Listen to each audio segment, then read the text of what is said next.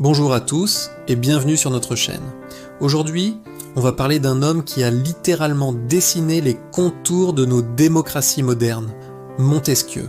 Vous avez sûrement déjà entendu son nom, mais savez-vous vraiment pourquoi il est si important? C'est ce qu'on va voir ensemble. Charles-Louis de Secondat, plus connu sous le nom de Montesquieu, naît en 1689 près de Bordeaux, dans une famille noble. Imaginez un peu, on est en plein règne de Louis XIV, le roi Soleil. Après des études de droit, il devient conseiller au Parlement de Bordeaux.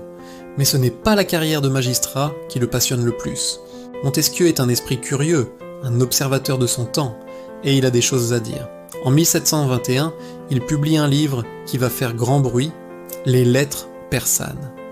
C'est un roman où deux Persans, Ouzbek et Rika, voyagent à Paris et décrivent ce qu'ils voient dans des lettres envoyées chez eux.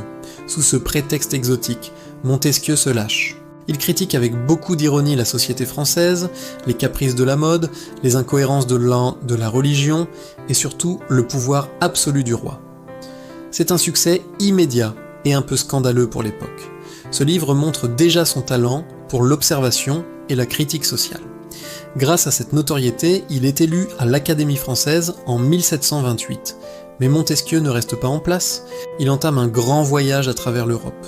L'Autriche, l'Italie, l'Allemagne et surtout l'Angleterre. Ce séjour en Angleterre est une révélation.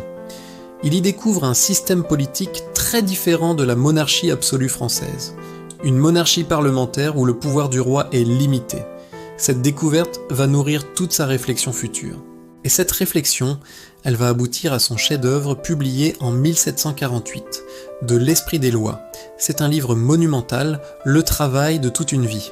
Dedans, Montesquieu ne cherche pas à décrire le gouvernement idéal, mais à comprendre ce qui fait qu'une loi fonctionne dans une société donnée.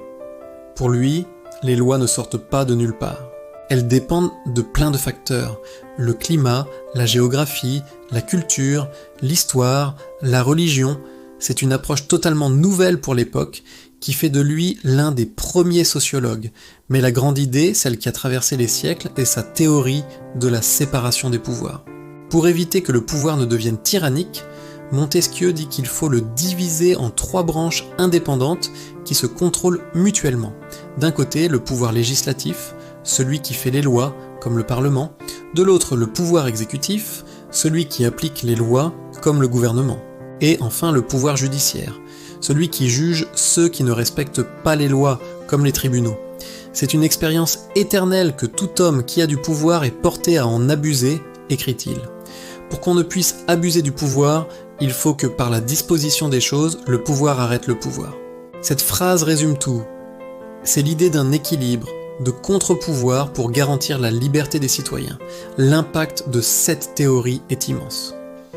Quand les pères fondateurs des États-Unis rédigent leur constitution, ils s'inspirent directement de Montesquieu. Idem en France, lors de la Révolution française.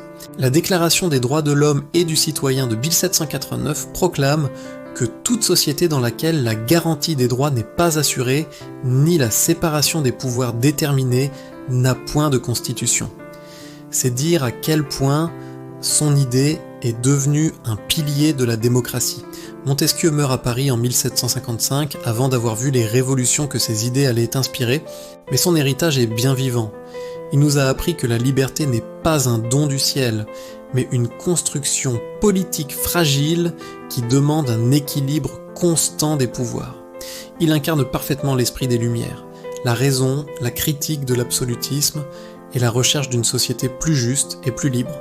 Voilà pour ce grand penseur qu'était Montesquieu. Un homme qui, depuis son château bordelais, a repensé le monde et nous a donné les clés pour comprendre nos propres systèmes politiques.